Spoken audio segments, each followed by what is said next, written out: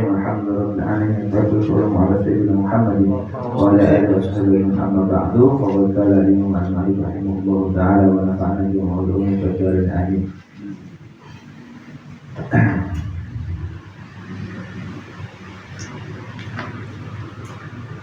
Di awalnya fa'innal mar'ata idza kharajat aw tariqa, maka sungguhnya seorang perempuan Mas? Ada ya? Nah, sungguhnya seorang perempuan idza kharajat, yaitu apabila keluar oleh si perempuan atau nikah keluar ke menuju jalan ya, kharajat min khadriha, yakni keluar oleh si perempuan min khadriha dari tempat persembunyiannya si perempuan, wa aradat, dan menghendaki oleh si perempuan antas lakat tariqa, akan menempuh oleh si perempuan atau tariqa ke suatu jalan. Qala laha, maka berkata laha kepada si perempuan, ahluha, oleh keluarganya si perempuan, aina turidina, mau kemana kamu gitu. Aina turidina, hendak kemana kamu? Qalat, maka menjawab si perempuan,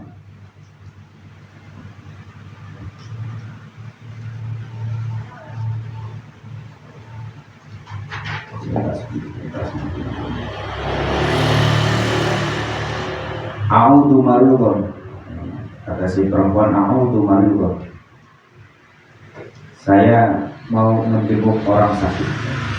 A'udhu maridun, saya mau menjenguk orang sakit.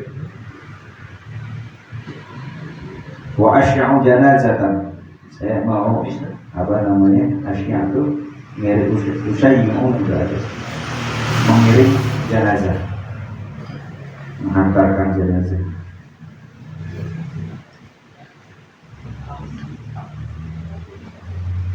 Fala yazalu biha asyaitanu hatta tahruja dira'aha. Fala yazalu, maka selalu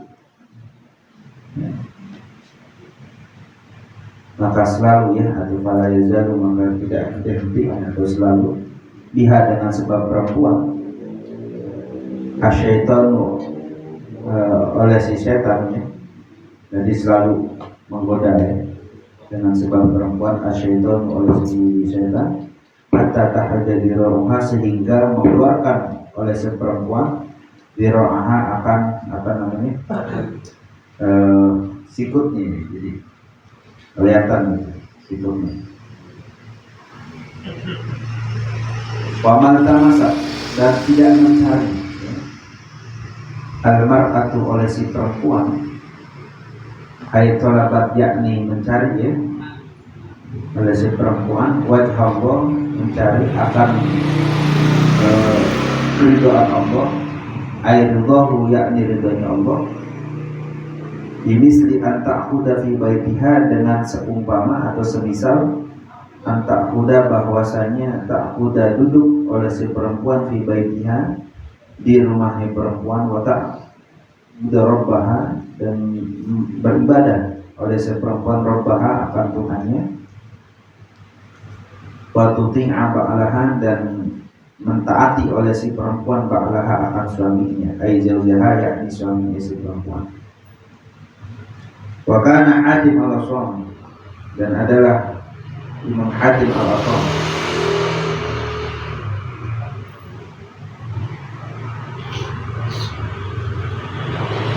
yaqulu, berkata oleh Imam Hatim, berkata akan al-mar'atu shalihah, al-mar'atu shalihatu imaduddin, al-mar'atu, adapun perempuan as-shalihah yang baik, imaduddin, yaitu yang agama ya. Al-mar'atu mubtada, imadu khabar. Wa imaratul bait, jadi perempuan yang soleh itu adalah yang agama. Satu kata Imam Hatim al-Asam. Wa imaratul bait, dan perempuan yang soleh itu juga imaratul bait, yang memakmurkan rumah, adalah yang memakmurkan rumah. yang meramaikan. Wa aunun ala ta'ati, dan perempuan yang solihah itu adalah yang membantu ala ta'ati, membantu atas ketaatan. Itu perempuan yang solihah. Wal mar'atul mukhalifatu, dan adapun perempuan yang durhaka. Mukhalifahnya perempuan yang durhaka, lawannya ya, perempuan yang durhaka, yaitu tudhibu qalba sahibiha wa hiya dhahikatun, yaitu tudhibu, melebur ya. Tudhibu yaitu melebur oleh si perempuan qalba sahibiha, akan hati pemilik perempuan. Wahia, dan adapun si perempuan yang durhaka tadi, dhahikatun, yaitu menertawakan. Jadi perempuan durhaka itu suka menertawakan suaminya, meremehkan maksudnya. Wa kana Abdullah bin Amr bin Umar, wa kana Abdullah bin Umar yaqulu, dan adalah Sayyidina Abdullah bin Umar yaqulu, beliau berkata, yaitu Sayyidina Abdullah bin Umar, alamatu qaulil mar'ati min ahlin nar. Kata Sayyidina Abdullah bin Umar, alamatu, adapun tanda, qaulil mar'ah, keadaan seorang perempuan, min ahlin nar, keadaannya termasuk bagian dari penduduk neraka, min ahlin nar. Gimana Pak Andi ya? Ini ya. Min gimana Pak Andi? Bagian. Min ba'di ahlin nar. Adapun tanda keadaan seorang perempuan yang menjadi bagian dari penduduk neraka, yaitu antadhaka li zawjiha, yaitu bahwasanya menertawakan oleh si perempuan li zawjiha, kepada suaminya si perempuan. Idza aqbala, apabila menghadap, artinya kalau udah ketemu suka meremehkan, suka menertawakan. Ini orang kita.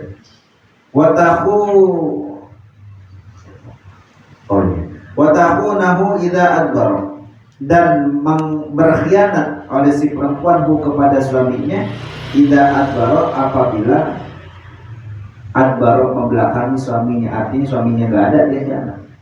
Bisa aja dia selingkuh, dia segala macam. Kalau suaminya nggak ada, dia malah kurang ajar, berkhianat kepada laki.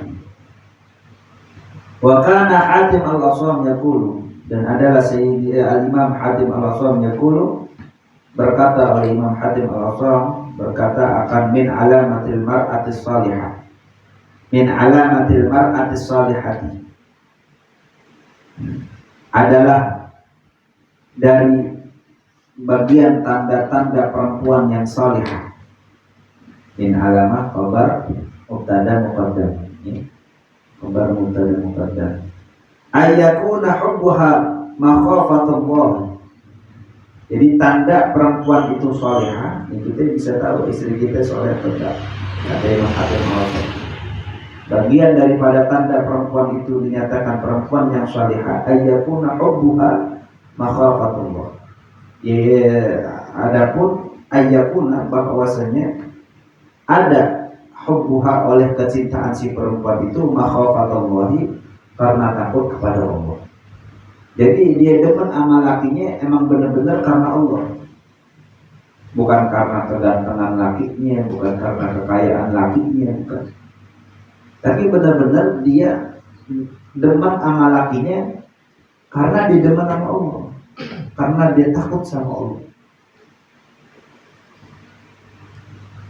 Kemudian wa ghinaha al-qana'atu bi qismatillah, wa ghinaha, dan adapun kekayaannya si perempuan, yaitu al-qana'atu, yaitu merasa cukup, bi qismatillah, dengan pembagiannya Allah. Udah dibagi sama Allah, hari ini ya 100.000, ya alhamdulillah, dia merasa cukup aja. Itu perempuan yang saleh. Kayaknya jarang sekarang gitu. Kemudian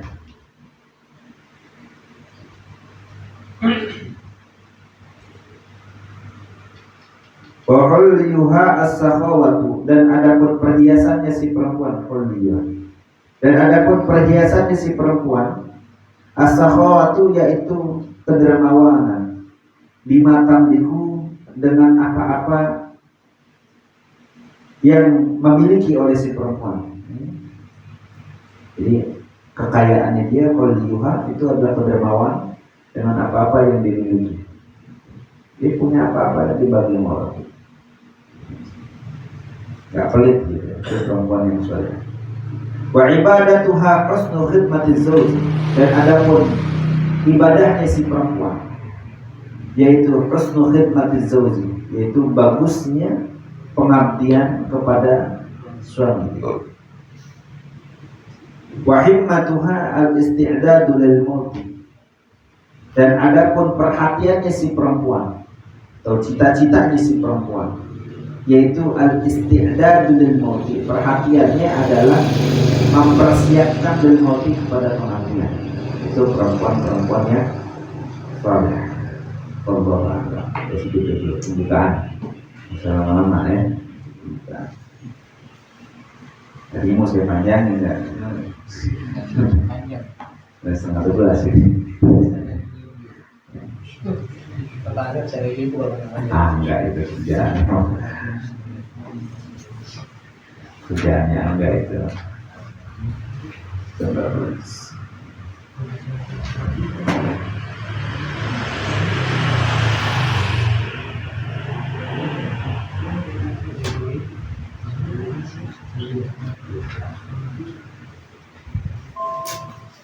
jadi makanya itu kalau doa alam itu ya, ngopi itu udah ngopi, udah boleh ngopi kalau doa alam.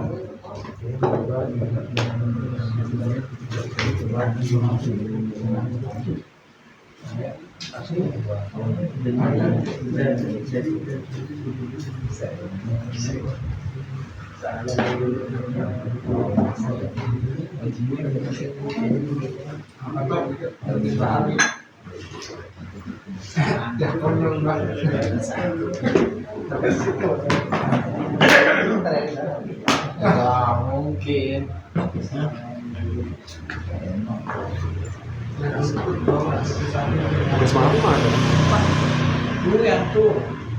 jadi ini masih membahas tentang rumah tangga ya.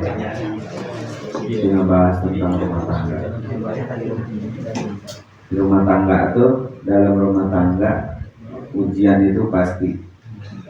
Ujian itu pasti. Nggak ada rumah tangga yang nggak ada ujiannya. Ada kalanya kita butuh sama yang namanya rumah tangga gitu, sama yang namanya ujian. Karena rumah tangga yang bagus itu rumah tangga yang ada ujian di dalamnya. Kalau rumah tangga polos-polos aja nggak ada ujiannya, patut dipertanyakan rumah tangganya. Rasul aja dalam rumah tangganya ada ujiannya, ada. Bukan nggak ada ujiannya.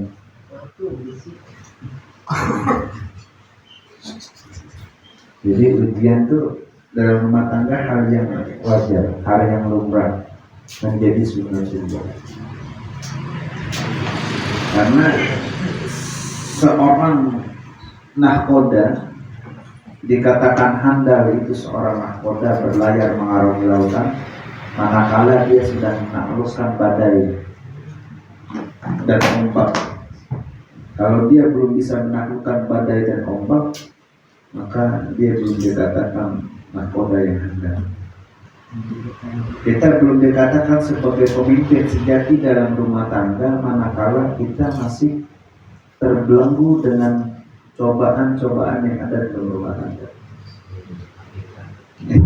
Masih jadi budak, belum merdeka. Itu bahasa halus aja, itu terbelenggu itu. Bahasa kasar masih jadi budak.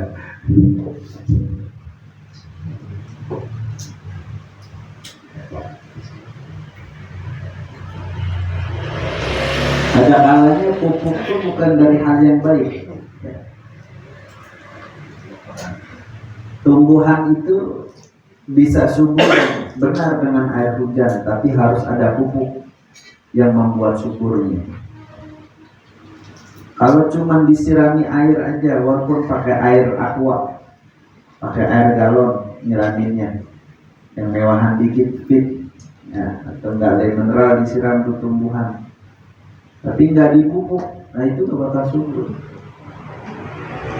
nggak bakal subur. Maka butuh dipupuk dengan kotoran. Pupuk itu kan dari kotoran.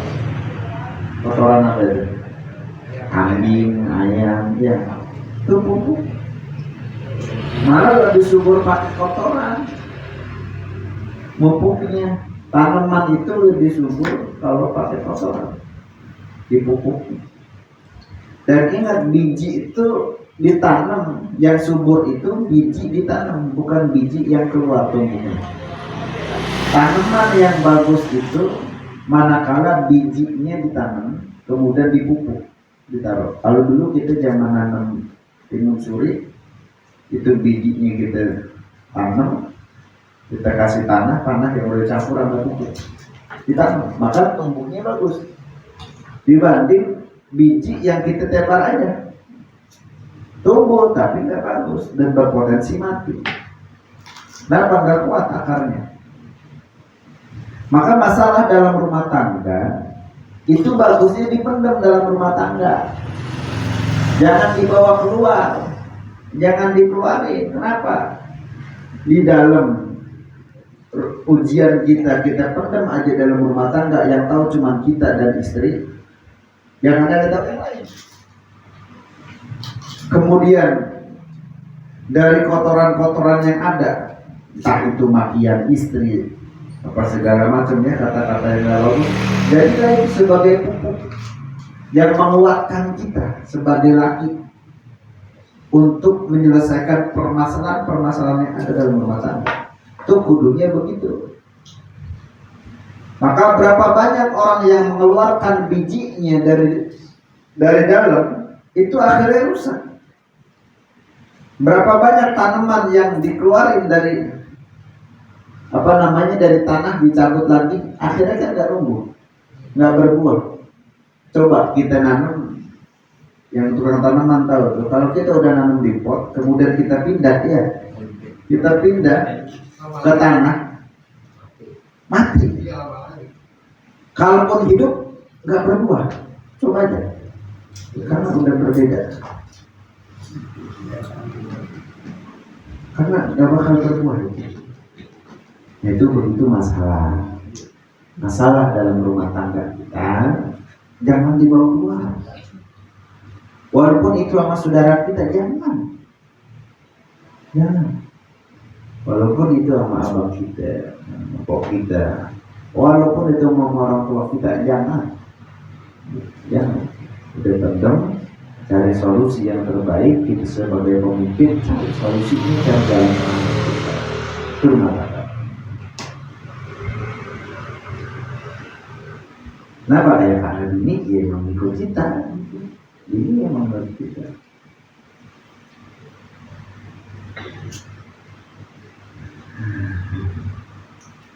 Baik, di sini dikatakan kalau perempuan itu keluar dari rumahnya, keluar mau jalan, itu perempuan kudu ada izin dulu sama suaminya. Kenapa? Karena ketika keluar dari rumah itu perempuan, maka tuh setan udah siap-siap buat menggoda dia. Tuh setan udah siap-siap. Sampai tuh perempuan di sini malah Syekh Nawawi itu beliau katakan sampai si perempuan itu kudu sampai bisa ngeluarin sikutnya, ini gulung aja udah, menampakkan auratnya. Sampai si perempuan itu bisa menampakkan auratnya dia.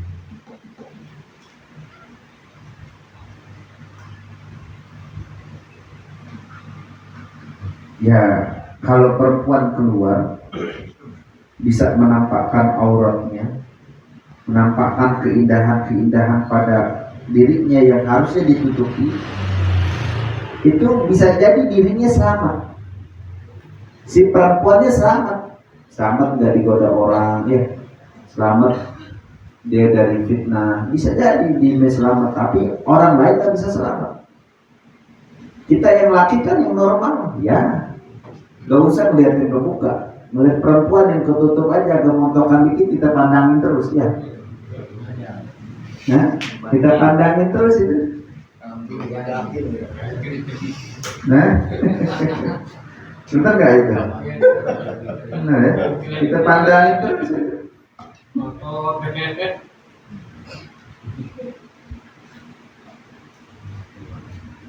Mata kita yang melotot kan begitu ya. Sampai istasyrafah asyaitan. Istasyrafah itu jadi tangan kita ke alis begini sambil ngedangak begini. Agak silau. Bukan, jadi itu enggak kita orang penasaran gitu ya. Iya. Istasyrafah itu saking wahnya gitu, penasaran gitu. Terus akan-akan begitu memandang. Akhirnya udah begitu mulut kita main tuh, siul ya. Dia selamat, tapi orang lain laki-laki itu nggak selamat memandang dia, dosa. Itu jangan salahkan saya, kata perempuan. Dah saya makan keluar rumah dong, pakai pakaian ketutup. Kenapa dia melatih saya aja? Disalahin itu, pakai pakaian yang ketutup, tapi hakikatnya kebuka. Hakikatnya kebuka. Pakai benar, gamis benar. Gamisnya ketat, yang menonjolkan bentuk tubuhnya. Akhirnya yang laki-laki ya kata laki-laki saya normal melihat begitu. Ya normal ya. Kalau saya melihat begituan nggak tertarik, berarti saya nggak normal.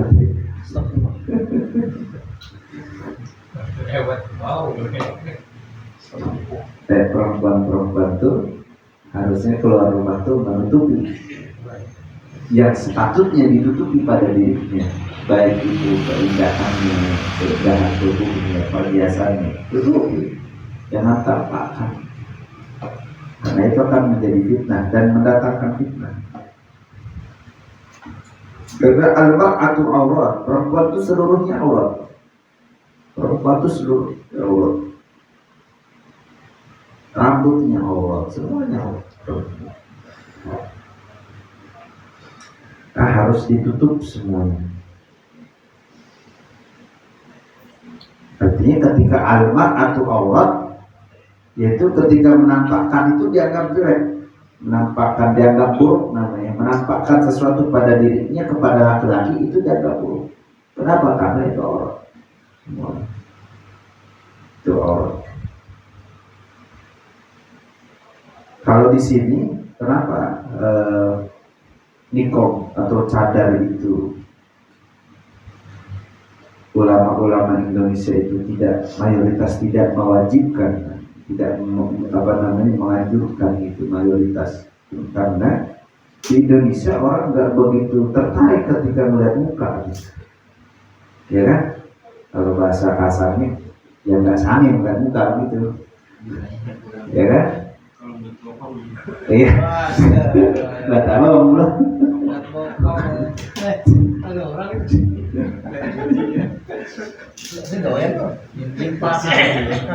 Tapi kenapa di Arab itu akhirnya cadar itu dipakai? Mohon maaf, orang Arab nggak usah ngeliatin tubuh yang lain, lihat muka aja udah anjing, dia udah punya sensasi sendiri buat muka. Makanya mukanya menjadi wajib ditutup. Di Indonesia enggak, jarang orang, maksudnya laki-laki yang naik syahwatnya ngeliat muka jarang. Pokoknya laki-laki itu di Indonesia mayoritas naik syahwatnya ngeliatin dua, atas sama bawah, udah gitu.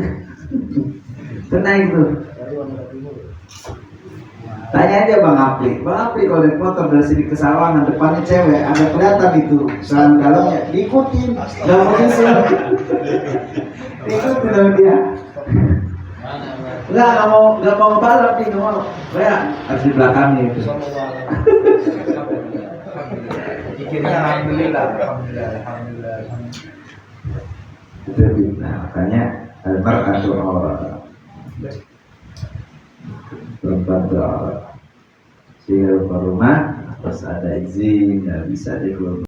Nggak boleh dia keluar melayat aja nggak boleh, apalagi nganterin kuburan. Melayat aja nggak boleh.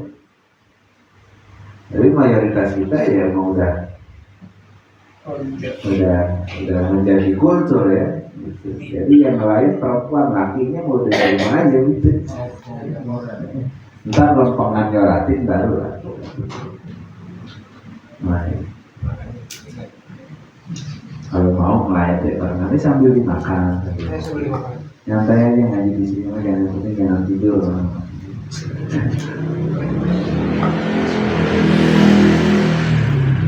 Nggak ada pasang tuh. Apa ini baru semen? Iya, agak baru pakai tepungnya. Lempar pakai itu.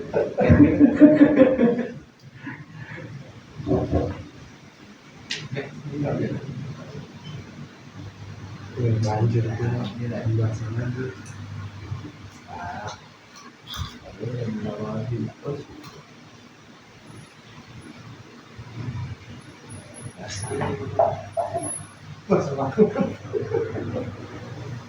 Maka ketika dikatakan alamar atau awratun tahbisuhun nafil buyut, tahan tuh istri-istri kalian di rumah, udah tahan aja. Apalagi istri kita, karena sesuatu yang memang sudah berumah tangga ya, kita tuh lebih tergoda dengan bini orang ya dibanding main perawan. Banyak kan terjadi perselingkuhan. Kenapa selingkuhnya nggak ama yang masih perawan? Karena lebih tertarik sama yang udah berkeluarga. Itu godaannya memang seperti itu. Makanya kenapa dibilang fahdisuhunna, larang istri kalian tuh tahan di rumah, jangan keluar sendiri. Karena ketika keluar sendiri itu setan-setan matanya sudah melihat, sudah melihat. Biarin, jadi kita kagak cakep ini masih ada yang mau. Jangan juga dulu gitu, masih ada setan menggodanya ada. Jangan. Karena bicara cantik itu cuma dunia. Cantik wajah itu cuma dunia, cantik dan tidak cantik itu selalu cuma dunia. Karena ketika udah di akhirat mas semuanya cantik semua, nggak ada yang nggak cantik. Kenapa? Karena jadi bidadari semua. Nggak ada ceritanya bidadari jelek, nggak ada. Bidadari udah cantik semua. Kayak gitu udah nggak usah patokan muka, nggak, jangan. Muka bukan jadi patokan ukuran dalam rumah tangga ya. Kenapa? Karena kecantikan wajah itu bisa memudar. Wajah cantik bisa keriput suatu saat. Ketika kita cinta dengan wajah, hilang kecantikannya, maka akan hilang rasa kita. Kan hilang tuh rasanya. Kita demen sama bini kita, keindahan tubuhnya. Suatu saat bakal peor. Bakal kadaluarsa itu di racun. Ntar hilang. Kecintaannya hilang itu ntar. Maka jangan kita atas dasar dulu, atas dasar keindahan. Maka menikah itu atas dasar ridho pada Allah Subhanahu, atas dasar ibadah. Maka mau itu udah keriput, mau itu udah gak cantik lagi, tetap kita cinta. Kenapa? Karena surga bersama, dunia bersama, begitu motornya. Itu ya yang belum nikah tuh, tadinya begitu, gak usah patokan mukanya. Lu muka ganteng, bini begitu, biarin. Gua mau bukan nyari itu. Ntar kalau di surga bareng dicantik gitu. Bahkan bisa cantikan bini gua daripada bini lu ntar di surga. Kenapa? Karena gua dasarnya karena Allah Subhanahu wa ta'ala dicantik. Gitu. dulu Artinya lempengin niatnya pas bagus sih niat kita pas nikah, bagus sih niat kita memang buat ibadah ke Allah, buat ibadah aja pertama niatnya. Kalau niat kita ibadah ke Allah, jalannya insya Allah hujan itu ada, tapi solusinya bakal dikasih oleh Allah. Jadi kita bakal dikuatin hati nanti ibadah. Wa kana Hatim al-Asam. Nah, Imam Hatim al-Asam. Imam Hatim al-Asam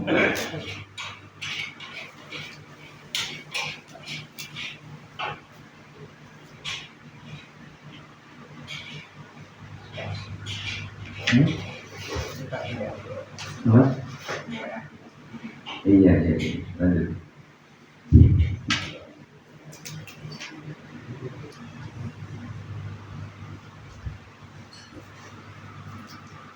Yang Hatim al-Asam itu namanya Abu Abdurrahman, ya. Namanya Abu Abdurrahman. Abu Abdurrahman Hatim bin Alwan. Itu namanya Hatim al-Asam. Dikenalnya Imam Hatim al-Asam. Namanya Abu Abdurrahman Hatim bin Alwan. Al-Asam itu Hatim yang tuli namanya. Jadi Imam Hatim itu orang yang selalu dimintai nasihat, orang yang berbicara yang penuh hikmah. Karena arti ucapan dari Imam Hatim al-Asam itu mengandung ilmu dan hikmah. Setiap untayan kalimat yang keluar dari lisannya Imam Hatim al-Asam itu adalah mutiara-mutiara hikmah, ilmu-ilmunya Allah dan Rasulnya. Itu Imam Hatim al-Asam. Beliau juga orang yang zuhud, orang yang selalu memberikan nasihat dalam kebaikan. Itu Imam Hatim al-Asam. Beliau selalu menjaga perasaan orang. Itu Imam Hatim al-Asam. Itu udah masyhur ceritanya ya. Dan Hatim al-Asam itu udah masyhur. Kenapa disebut al-Asam? Sidul. Karena suatu ketika karena Imam Hatim al-Asam menjadi tokoh agama dan banyak orang datang menanyakan suatu permasalahan. Suatu ketika ada ibu-ibu datang ke rumahnya Imam Hatim al-Asam menanyakan suatu masalah pada beliau. Di tengah-tengah pertanyaannya ibu-ibu mulas, perutnya belum kok, lalu nahan kentut, ditahan sama dia, ketahan tuh, udah pas ketahan, akhirnya dia utarain lagi pertanyaannya. Pas diutarain pertanyaannya, dia baru ngucap mau bertanya nih, wahai imam, tiba-tiba keluar bunyi dari bawahnya, tuh sedikit keluar, udah utarain pertanyaan. Keluar dari bawahnya, merah nih muka si ibunya. Perempuan kalau udah itu malu kan, merah mukanya. Kata Imam Hatim al-Asam, demi menjaga perasaan di si ibunya, si ibu yang nanya. Kata Imam Hatim al-Asam, Bu, tolong suaranya kerasin, saya nggak dengar. Tolong suaranya kerasin. Bisa nggak suaranya lebih keras? Begitu. Nyuruh suaranya apa? Biar saya dengar jelas begitu. Itu Imam Hatim al-Asam demi menjaga rasa malunya nih si ibu. Akhirnya kata ibu, oh berarti tadi saya kentut nggak kedengeran nih. Imam Hatim al-Asam, berarti tadi saya kentut nggak kedengeran. Akhirnya ibu ngomong agak kenceng. Saya ngomong sama bolot nggak kenceng gitu, nggak kedengeran. Nah akhirnya dari mulai itu tuh Imam Hatim dijuluki al-Asam, si tuli. Padahal Imam Hatim tuh gak tuli gitu, cuman demi menjaga perasaan si ibu ini sampai seterusnya beliau dikenal si tuli. Beliau al-Asam.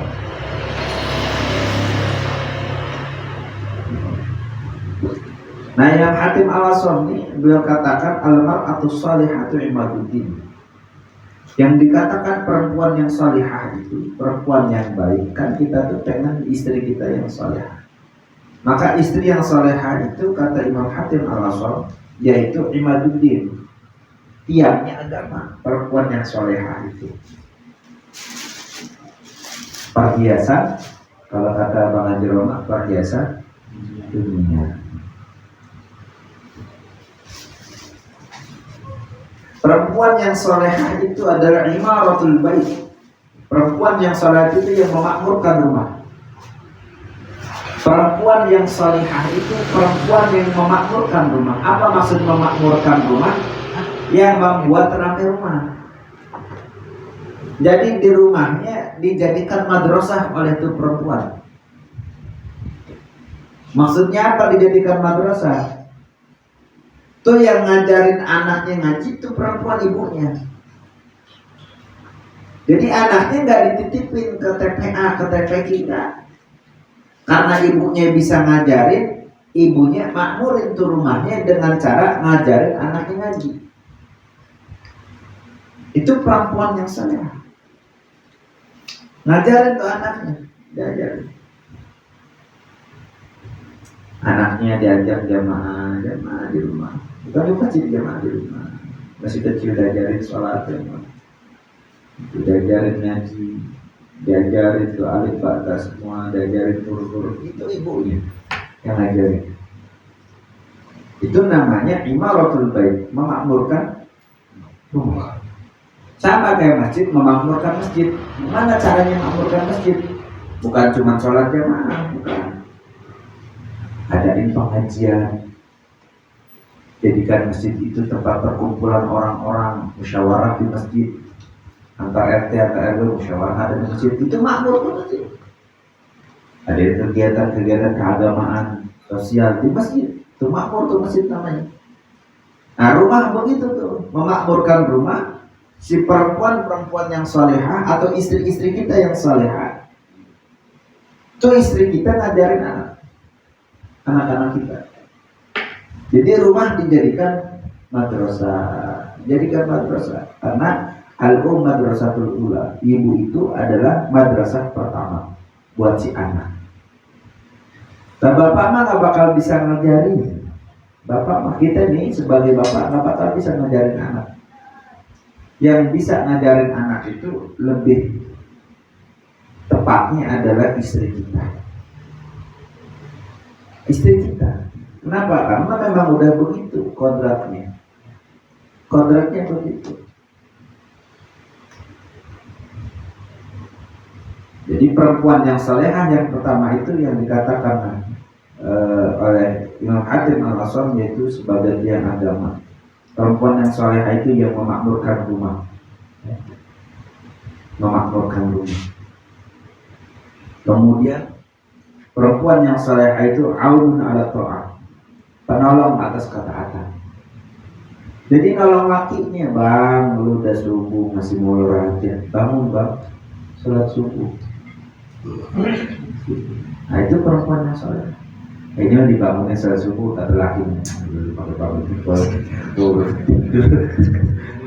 Padahal itu perempuan yang salehah tuh.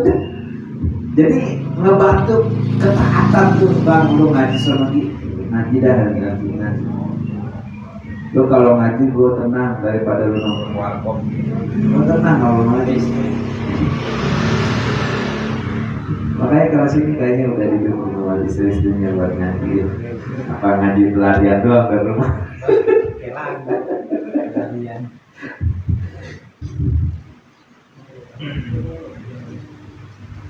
Jadi yang menolong untuk ketaatan kita itu perempuan yang salehah. Bang, lu mau ngaji nggak punya duit, mau nih ongkosnya berangkat bang. Kayak gitu. Bang, lu nggak hadir acara haul wali, acara maulid, nggak ada duitnya, berangkat bang, ini duit ada, berangkat. Itu perempuan ya. Tergantung ya. Paling tidak walaupun nggak ngongkosin ngizinin. Bang berangkat udah. Di sana jangan lupa doain yang merah. baik yang bisa tahan bisa nah itu cari yang begitu tuh mahal loh.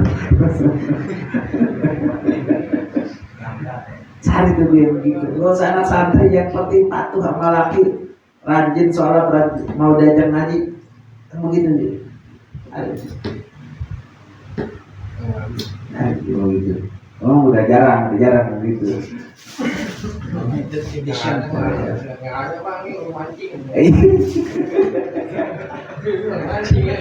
Mancing lupa cari ikan gitu ya. Nah, mancing Dani, duit ini buat taruhan gitu ya. Itu namanya nggak membantu dalam kata-kata. Jeblosin ke neraka itu suruh judi. Cari tuh perempuan yang begitu, yang mau mendidik anak, bukan mendidik laki, mendidik anak. Ini malah laki dididik, bukan. Makmurkan rumah tuh bukan mendidik laki. Makmum boleh ngingetin imam ketika imam salah, boleh. Makmum dalam sholat berjamaah, makmum ketika imam salah, boleh itu makmum ngingetin imam, boleh makmum ketika imam salah, boleh diingetin.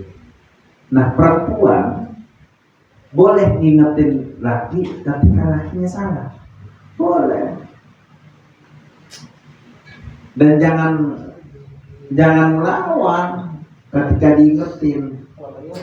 Halo makmum, gua kan imam pakai ingetin gua lagi gitu.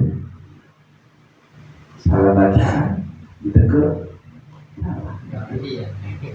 nyalakan dia mana sama imam, lu nggak apa pakai ingetin gua, udah biarin lu.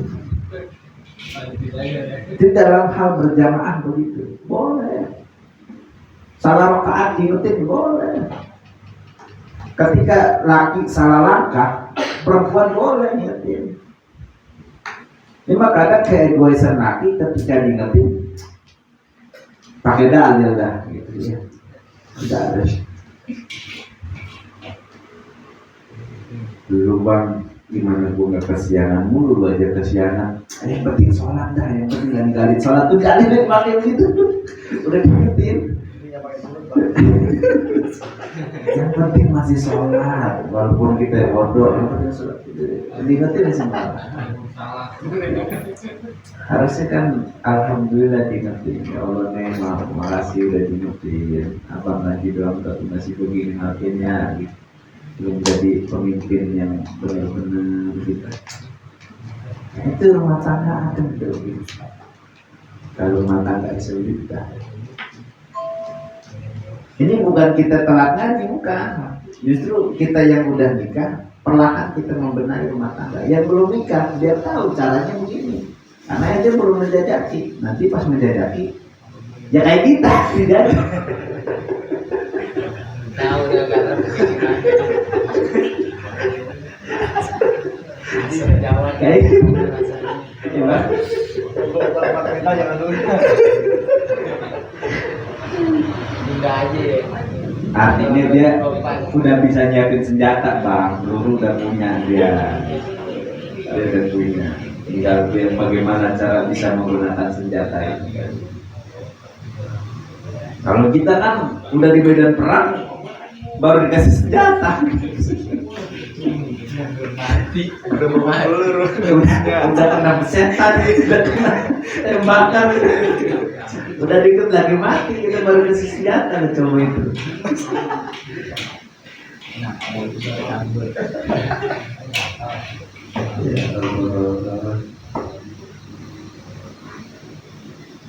Kemudian perempuan yang durhaka kata Imam Hatim Al-Asam, yaitu perempuan yang meleburkan akan hati pemiliknya, artinya ngenyek.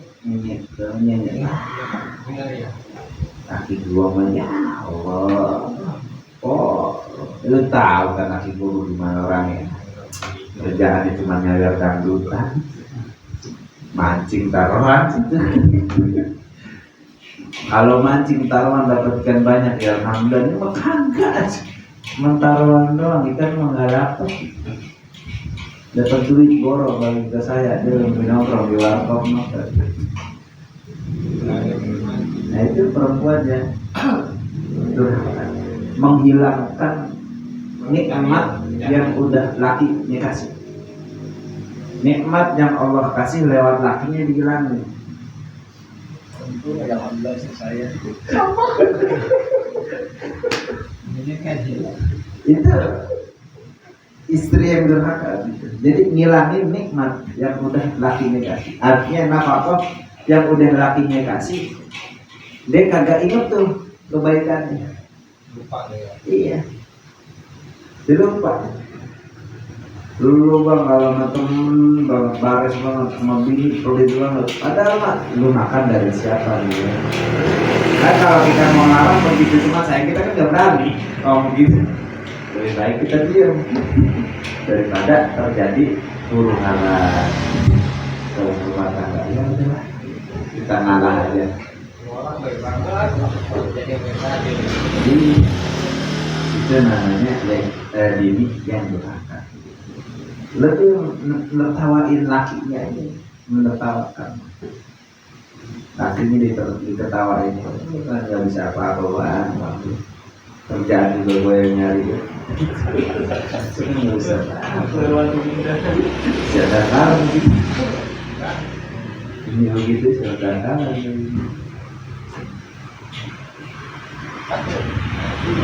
Mudah-mudahan diri kita nggak begitu, nggak enak. Gimana mau ditinggalin rumah sama dia?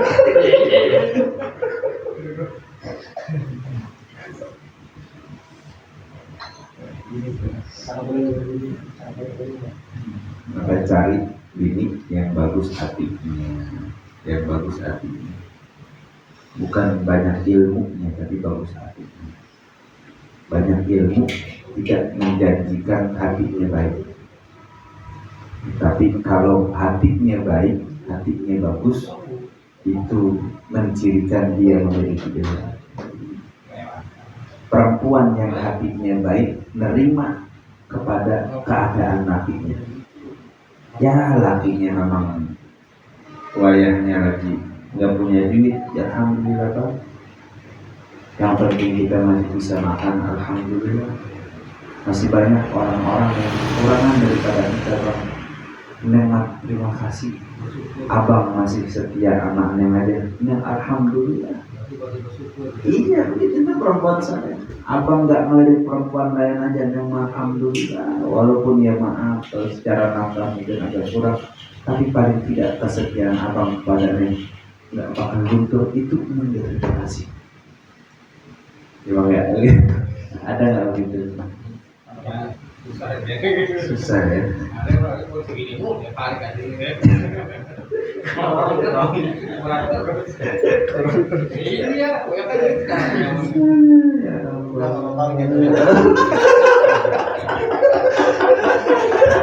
Kemarin bang biar bagus dulu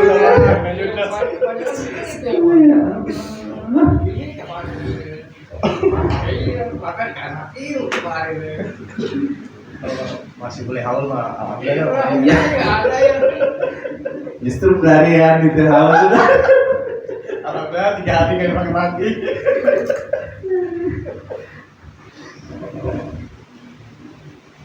Kata Sayyidina Abdullah bin Umar. Sayyidina Abdullah bin Umar bin Khattab. Termasuk tanda seorang perempuan itu min ahlin nar, daripada penduduk neraka. Udah pasti masuk neraka, maksudnya begitu.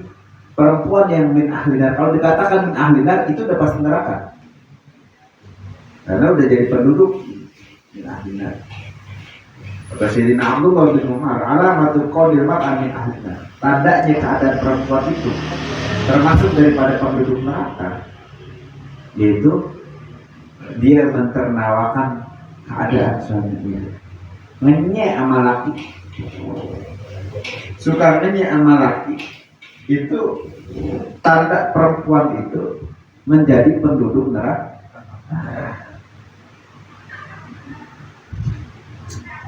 udah nanya depan laki, jadi ya ngeremehin laki aja, ngeremehin laki. Di belakang dia berkhianat sama laki. Berkhianat tuh di belakang dia sama teman yang ngomongin lakinya.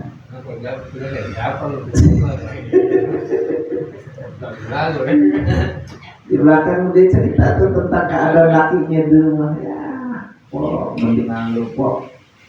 Dari kata laki lu tukang mancing tapi masih nempanin lu kok. Bagus banget ya. Daripada laki gua kok, tapi masya Allah. Nah itu kalau udah perempuan di belakang begitu tuh, itu namanya berkhianat sama laki. Dan ngomongin di luar tentang lakinya, itu berkhianat. Udah berkhianat. Kadang-kadang kalau ada yang perempuan curhat tentang lakinya, Mpok dikasih makan sama laki, dikasih bulanan, Jangan ngomongin lagi. udah cukup. Walaupun mungkin itu kecil, tapi kan masih berusaha lakinya ngasih makan, menunaikan kewajiban dia. Kenapa? Karena nafkah itu tidak ditentukan nominalnya. Semampunya laki. Kalau laki mampunya sebulan 100.000, ya udah 100.000. Kalau laki sehari mampunya 20.000, ya 20.000 kasih makan. Artinya sehari sekali. Itu dia bagus kok. Berapa banyak orang yang hidupnya lebih kekurangan, tapi mereka bahagia. Kenapa? Karena saling menerima. Pokoknya kan nggak bahagia karena mencari kesenangan dan melihat kehidupan orang lain yang lebih mewah, maka nggak bahagia rumah tangganya. Tapi kalau kita melihat rumah tangga kita nerima padanya, dikasih laki nerima, kita juga sama bini kita senang, bahagia rumah tangga. Nah kalau bini kita udah terimaan sama kita nih, udah terimaan apa yang kita kasih, udah terima aja, itu namanya bini yang solehah. Kenapa? Karena dia akan larinya, dia merasa cukup dengan pemberian Allah. Laki ngasih ke kita, kata tuh bini, itu sejatinya dari Allah. Allah ngasih saya, ya memang bulan ini lagi 100.000, alhamdulillah. Laki ngasih saya, kata bini, bulan ini lagi 50.000, ya alhamdulillah, itu dari Allah ngasihnya 50.000. Itu namanya perempuan atau bini yang solehah. Pertahankan itu. Jangan pernah dari perempuan lain kalau sudah bini kita seperti itu. Kenapa? Udah menerima luar biasa. Ya. Kalau begini kan nikah lagi dah. Satu aja solehah, kalau dua bini, jangan yang demikian begitu. Jangan, namanya. Satu aja begini, gimana dua nih kan? Jangan ada pikiran nikah lagi ya. Jangan apa-apa dah, dikata cukup aja lah. Tapi kan kita berusaha mempertahankan. Menikah lagi itu bukan solusi dalam rumah tangga, bukan. Justru mendatangkan permasalahan baru. Kita dalam rumah tangga kisruh. Menikah lagi bukan solusi, justru akan mendatangkan masalah baru. Masalah baru datang lagi, wah, malah makin kacau itu, hidupnya pusing. Udah cukup dengan satu dulu, pertahankan satu, didik biar dia menjadi wanita salihah, menjadi istri yang salihah, sehingga anak kita dididik oleh istri kita dan istri kita menjadi pendidikan pertama untuk anak-anak kita. Itu yang barokah dalam rumah tangga. Tapi bagaimana istri kita bisa mendidik anak-anak kita bisa menjadi madrasah pertama kalau kitanya juga tidak memberikan pendidikan kepada istri kita? Maka kita juga memberikan pendidikan kepada istri kita. Kita ini kudu ngaji, sehingga kalau kita ngaji, kita ngasih cara, ngasih nasihat ke istri kita, ada caranya. Caranya dengan baik kita nasihatinya, kita aja ngobrol, kita tahu keadaan dia lagi mood atau enggak mood, kita tahu. Kita harus begitu. Kemudian kata Imam Hatim al-Rasul, Tanda perempuan yang salihah itu ayyakuna hubbuha makhafatullah. Tandanya dia demen sama lakinya itu karena takut kepada Allah. Demen sama lakinya bukan gantengnya, bukan. Sehingga kalau dia takut sama Allah, dia gak bakal posting lakinya, gak bakal posting kegantengan lakinya, enggak. Karena itu akan menimbulkan fitnah. Kita juga sama punya bini, jangan posting sering-sering ya. Soalnya ya takut bininya marah, lempengan itu posting. Gue gak pernah di posting langsung romantis. Cari yang berdua sama kita, tulisin bawahnya, maaf udah punya istri, gak duitnya dipegang istri semua. Jangan digoda. Terus begitu lah. Jangan digoda, udah punya bini. Kita mau lagi gitu, bini kita yang udah nulis.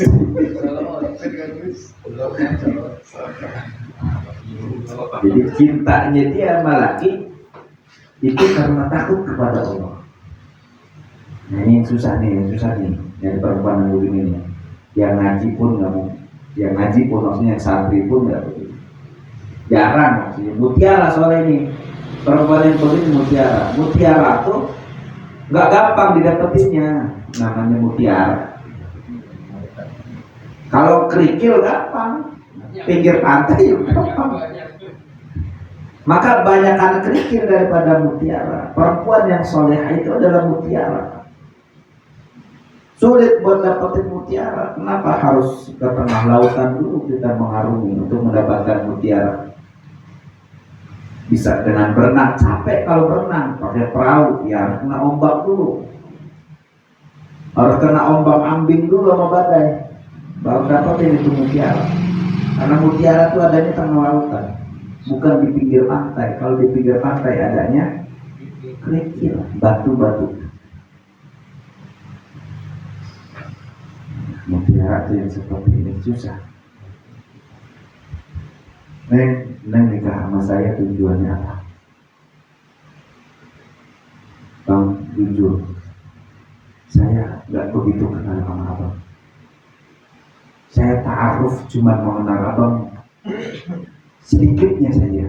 Abang siapa, keturunan apa, keturunan siapa, asalnya dari mana, kesehariannya bagaimana, itu saya kenal. Saya tahunya itu. Tapi yang paling penting saya mau nikah dengan abang karena abang niatnya ibadah ke Allah, maka neng pun ibadah ke Allah niatnya. Mau ngabdi ke Allah lewat jalur abang. Nah kalau ada perempuan ditanya begitu, buru-buru nikahin, jangan pakai ditunda, lamaran 3 bulan jangan. Dan neng hari ini lamaran, hari ini nikah, jangan pakai lamaran. Emang ribet, udah kagak tahan. Pokoknya kalau dapat perempuan yang begini udah jangan lama-lama, jangan lamaran dulu kata rokoknya. Enggak, ini mutiara. Saya nggak mau lama-lama dapetin mutiara. Saya mau buru-buru. Yang penting ada wali, ada saksi, saya nikah. Urusan KUA belakangan itu cuma surat. Yang penting saya sah dulu. Hah? Susah namanya mutiara, susah. Ya kita kan dapat kerikil doang ini. Kerikil dapatnya kita ini. Kerikil namanya kita dapat. Udah nggak apa-apa.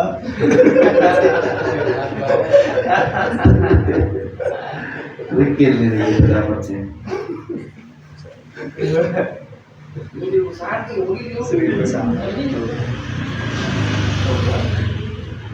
Dapetin batu marjan kan kita harus di lautan.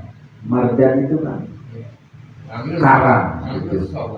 Susah maksudnya. Marjan gak usah mutiara deh, marjan yang bagusan kita ada harga maksudnya. Susah.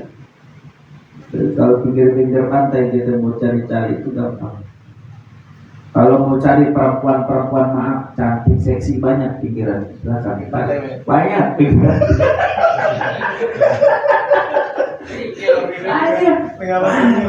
Cari yang begitu. Yang cantik-cantik. Ukurannya bukan cantik fisik bukan, tapi cantik hati ukurannya. Ya maaf nih, maaf.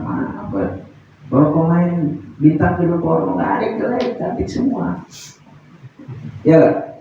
Iya jujur aja kita kan agak pernah ngelihat yang begitu kan. Oh, cantik semua, nggak ada yang jelek. Kenapa? Bukan fisik yang jadi patokan, tapi hatinya.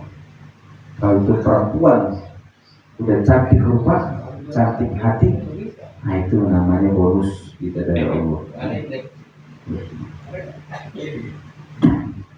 Jadi yang pertama, tandanya itu perempuan salihah, dan cintanya itu perempuan ke lakinya karena takut kepada Allah, cuma buat ibadah sama Allah. Itu tanda yang pertama. Nih, kita ada yang begini, kalau berarti mutiara diri kita.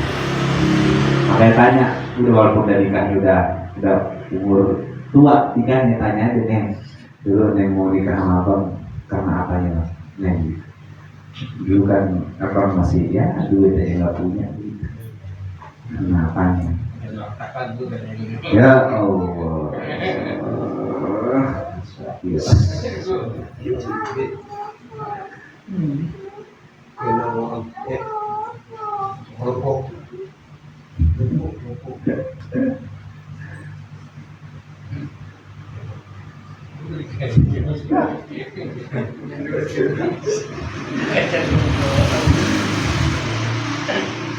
Itu yang pertama. Kemudian yang kedua, tandanya itu dia merasa cukup dengan pemberian Allah. Ya tadi dikasih laki berapapun dia alhamdulillah terima. Enggak ada yang beruntung. Lebaran dikasih lakinya cuma satu buat beli baju doang dia terima, alhamdulillah. Atau enggak dia beli baju sama sekali udah Nen, emang lagi duit kagak ada, udah pakai baju yang kan banyak tuh di lemari yang baru beberapa kali pakai. Orang kan pada nggak tahu kalau itu baju lama, pakai aja.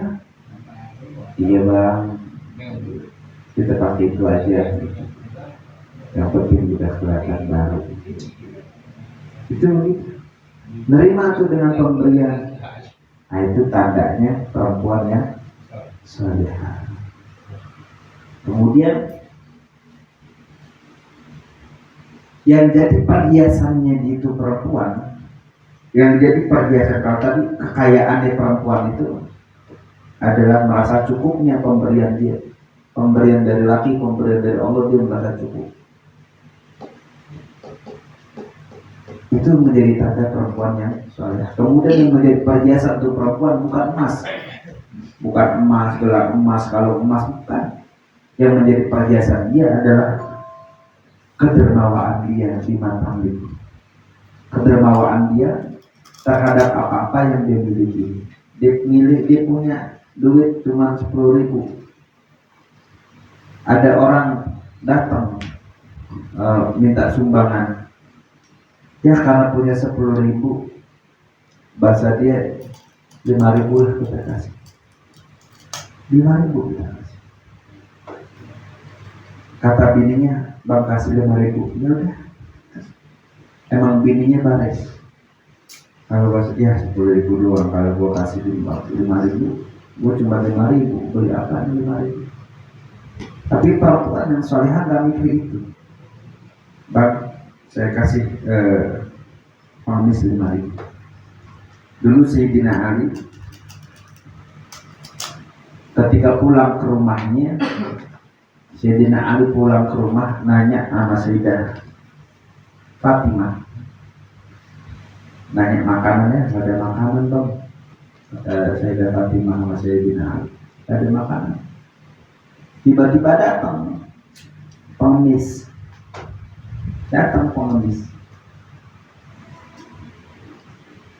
Pas datang pengemis, Sayyidina Ali nanya, nggak ada makanan buat kasih ke pengemis? Nggak ada. Emang adanya apa? Adanya duit. Berapa? Duitnya 5 dirham. Iya, saya pinjam dulu nih. Saya mau kasih dia 5 dirham. Kasih tuh Sayyidina Ali. Kata Sayyidina Ali, dah saya mau keluar rumah dulu. Mau keluar rumah. Pas sudah keluar rumah, Sayyidina Ali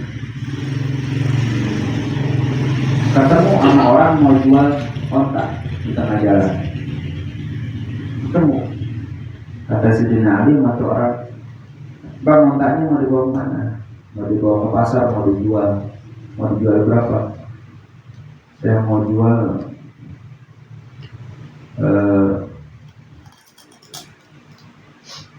100 dirham. Saya mau jual 100 dirham. Kata tuh orang, yaudah saya bayarin tapi duitnya nanti sore. Tidak.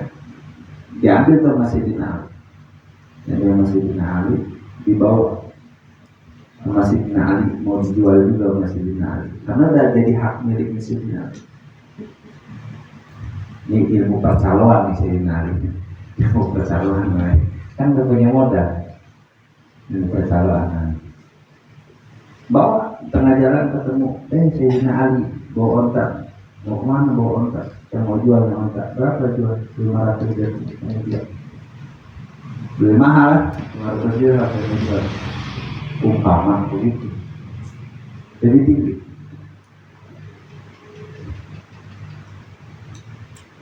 Mau jual 500 dirham itu Sayyidina Ali. Akhirnya dibeli 5 orang 500 dirham kontaknya. Dibeli pulang Sayyidina Ali 100 dirham dikasih ke siapa? Orang yang punya ontak. Sayyidina Ali megang 100 dirham. Itu lantaran bini bares, nggak pakai pikir panjang ngasih orang, nggak pakai hitung-hitungan. Lah coba duit cuma 5 dirham, Sayyidah Fatimah megang itu buat beli susu Sayyidina Hasan dan Sayyidina Husain. Ketika Sayyidina Ali minta buat ngasih ke pengemis, orang minta nggak pakai pikir panjang. Sayyidah Fatimah dikasih aja ke Sayyidina Ali, yakin Allah pasti ganti. Iya sih. Ke itu pengemis yang akhirnya Sayyidina Ali ketemu orang mau jual ontaknya dibeli sama Sayyidina Ali. Sayyidina Ali jual itu ontak. Itu susah kalau kita begitu. Orang mau jual motor, bapak mau jual motor, iya, gue beli dulu tapi duitnya nanti sore. Itu susah kalau kita jangan coba-coba. Jangan coba-coba. Jangan coba-coba. Itu karena istrinya bares, loman, sekolah, dermawan. Maka bini kita udah ajarin bini kita buat dermawan. Ada orang datang ke rumah pagi-pagi, itu perhiasannya perempuan yang saleh, kedermawanan. Dan ibadahnya, cirinya juga ibadahnya dia pengabdian kepada laki, taat sama laki. Kalau tuh perempuan taat patuh sama laki, berarti itu perempuan salihah. Kalau tuh perempuan dermawan, berarti itu perempuan salihah. Itu tanda-tandanya ya. Yang pertama cintanya dia karena takut kepada Allah. Kedua, dia orang yang selalu merasa cukup. Ketiga, dia orang yang dermawan, selalu berbagi. Kemudian bagus pengabdiannya kepada laki. Kepada laki bagus pengabdiannya. Nggak ada dia nggak berutuk laki, nggak ada dia ngomongin laki di belakang. Walaupun dia agak-agak kesel sama laki, cuman dia lebih utara itu keselannya. Enggak. Lakinya walaupun dia kesel sama lakinya minta kopi tetap dibikinin kopi. Enggak tuh kopinya dikasih garam, enggak, tetap gula dikasihnya. Enggak dikasih garam, tetap gula. Biarin gulanya gue banyakin, dia punya penyakit gula tuh laki. Walaupun dia kesel sama laki, dia tetap sayang sama laki. Dirasehati itu. Kopinya banyak-banyak banget. Yang banyak-banyak kopinya. Dia mau abang ngopi nggak pernah banyak, dikit-dikit kalau ngopi. Jangan dikit-dikit loh. Nggak habis sama habis.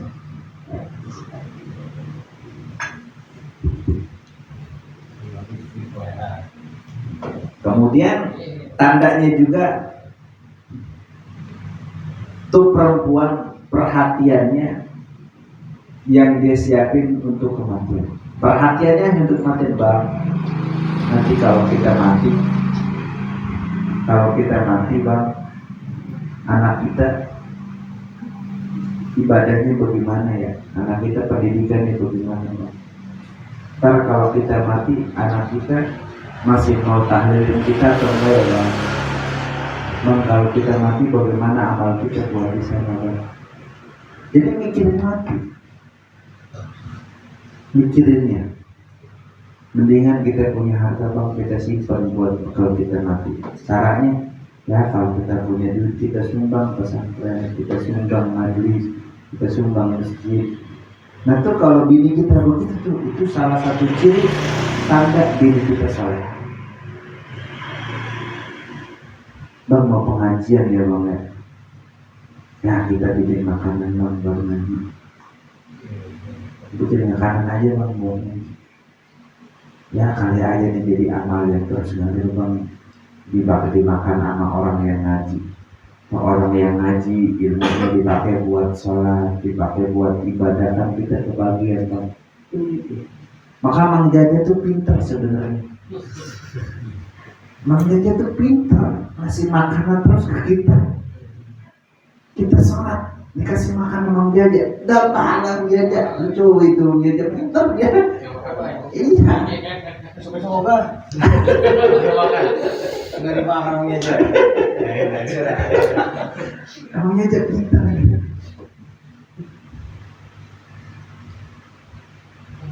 Sore pintar tuh nyiapin kopi buat kita. Coba kita pintar banget lah kita kalau kebagian banget apa ini.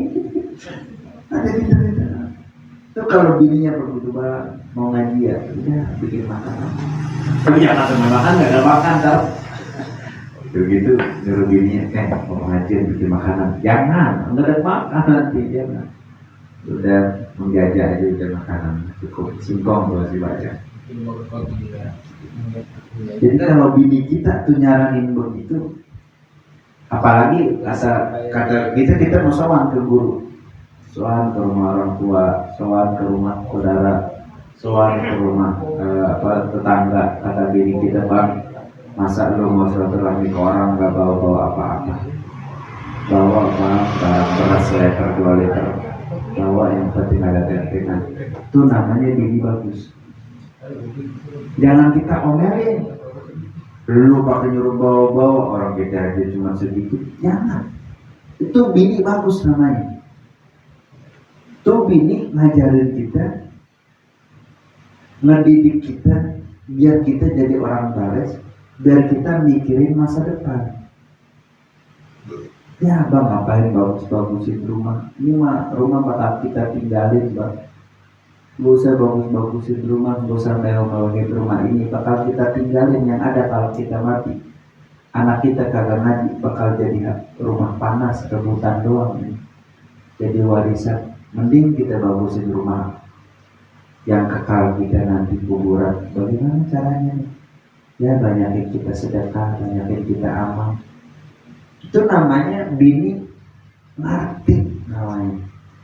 Walaupun dia nggak ngaji, tapi dia ngerti itu bini.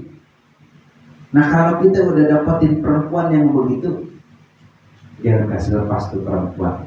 Ikat, pakai tambang tuh yang gede, biar nggak kemana-mana ya.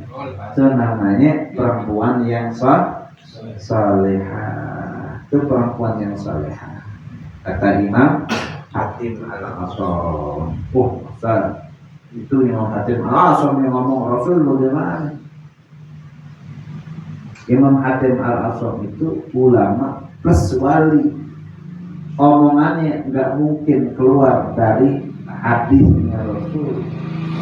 Yang dikatakan oleh Imam Hatim Al-Asam itu juga sesuai dengan apa yang dikatakan oleh Rasulullah Sallallahu Alaihi Wasallam. Itu perempuan yang salehah ya, dan satu baru dan anak saleh.